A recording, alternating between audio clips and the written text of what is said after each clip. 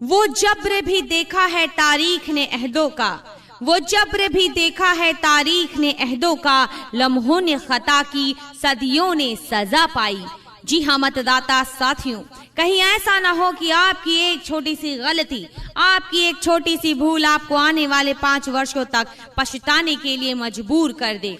जी हाँ, आज आपको भी जात पात और भेदभाव से ऊपर उठकर एक साथ होकर साथ देना है, अपने वोटों का समर्थन देना है।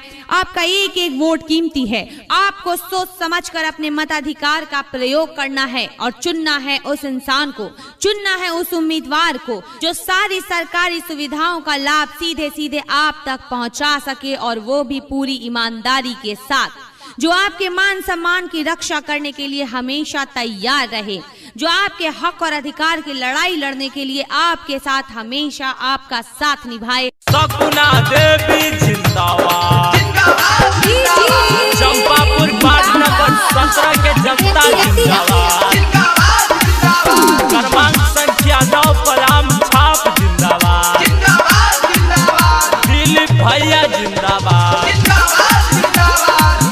Recording by Bajrang studio Gyaspur. गौवा के नेता नहीं बेटा बनी अइले, दे दो आशीर्वाद चाची सिरवा झुकइले, दे दो आशीर्वाद चाची सिरवा झुकइले। गौवा के नेता नहीं बेटा बनी अइले, दे दो आशीर्वाद चाची सिरवा झुकइले। मनावा में तने है श्रद्धा पुराइए देता हो ना ए चाची हो, शकुना देवी के वार्ड सदस्य बनाइए देता हो ना ए चाची हो। आम छापा पर बटन अपन दबाइए देता हो ना। शकुना देवी जिंदाबाद, चंपापुर वार्ड नंबर 17 के जनता जिंदाबाद, क्रमांक संख्या 9 पर आम छाप जिंदाबाद। इंदिरा आवास वृद्धा पेंशन दिलबई थुन, घरे घरे राशन कार्ड में नाम जोड़बई थुन, इंदिरा आवास वृद्धा पेंशन बनबई थुन, घरे घरे राशन कार्ड में नाम जोड़बई थुन।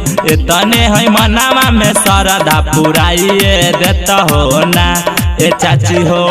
शकुना देवी के वार्ड सदस्य बनाइए देता हो ना ए चाची हो। शकुना देवी के वार्ड सदस्य बनाइए देता हो ना। शकुना देवी जिंदाबाद, चंपापुर वार्ड नंबर 17 के जनता जिंदाबाद, क्रमांक संख्या 9 पर आम छाप जिंदाबाद।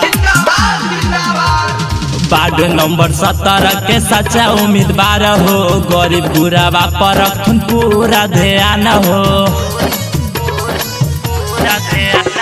वार्ड नंबर 17 के सच्चा उम्मीदवार हो, गरीब गुराबा पर रखन पूरा ध्यान हो।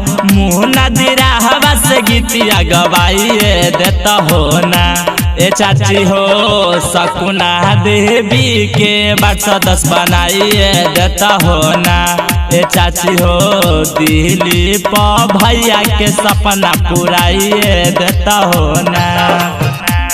Recording by Bajrang studio Gyaspur.